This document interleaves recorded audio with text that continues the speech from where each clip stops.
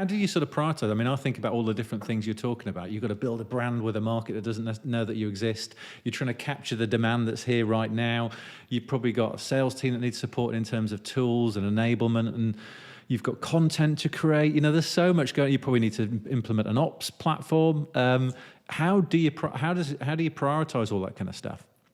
Yeah, so I think this is actually something that every single company struggles with, and if they don't, it's like they're probably overstaffed. You know, like if you don't have a prioritization problem, you probably have too many butts on seats, too many people just twiddling their thumbs. So the way I would always approach this is like, okay, what are the biggest, like, first of all, what's the business goal? What are we here to achieve? In this case, it was like, okay, we need to grow pipeline fast because we have all these salespeople and they have no inbound leads to work on. So what am I going to do to like solve that problem, not only in the short term, but also in the long term?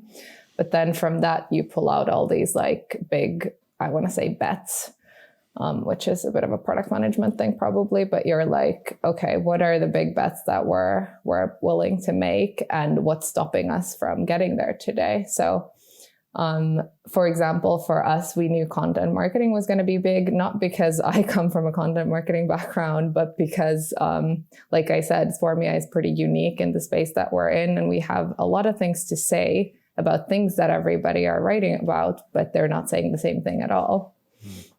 So this industry is like filled with this like, fluffy SEO content almost that some like 23-year-old somewhere is writing. And no offense, been there, done that, got the t-shirt. So we just needed to like write about the same things, but in our unique angle. And I'm not writing any of that content, basically. Our CEO is, our developers are like, we want it to be super like, valuable for our, prospects and customers. So content marketing is that like big bet that we're making. But then I'm like, okay, how do we get there? So one of the first things I noticed when I was writing these landing pages and doing all this stuff is that we have no unified like tone of voice. We're talking about different things in different words, and sometimes we're super like out there, sometimes we're kind of like chilled, and like we knew what we wanted to say, but we didn't know how we were going to say it. So just as an example, during my probably like third week or something, I just organized this like tiny workshop for like 3 key people, and we sat down and we figured out, okay, what is the Swarmia tone of voice?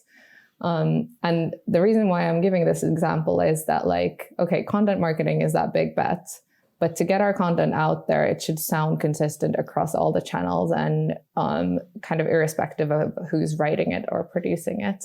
And to get there, we needed that like quick tone of voice guidance. Didn't have to be anything too polished, anything too like fancy, but just like something that would give us a tool to make us all aligned on things. And so I put that together, and then that like kind of solved that blocker. And then we're working with the team continues to like brainstorm new topics to write about. We have a Trello board, or not Trello, Jira, I'm lying. A Jira board with all these like big bets, and they all have, columns for to do, in progress, done. And that's a really good way to kind of see if you're working on too many things at the same time too. So that helps with prioritization. You're like, okay, so I am one person. I can probably realistically work on like, 1 or 2 things at a time during any given day. Of course, I can have more like projects ongoing, but that means that somebody else has like, I'm waiting for somebody else's input to like review or comment or give me something.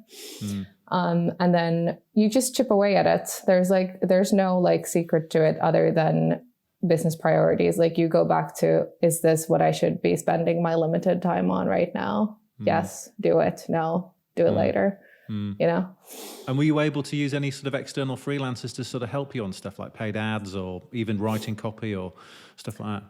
So not really, or we would have been able to. We had a freelancer editor who would come in and like sometimes help us out with like proofreading blog posts. I'm doing most of that stuff today, though, because we actually ended up hiring another person to the marketing team pretty quickly, which I'm sure we'll talk about in a minute. But so yeah, freelancers for some things, but then you also have to make a decision. Okay, what makes sense to outsource and what do you want to keep in house?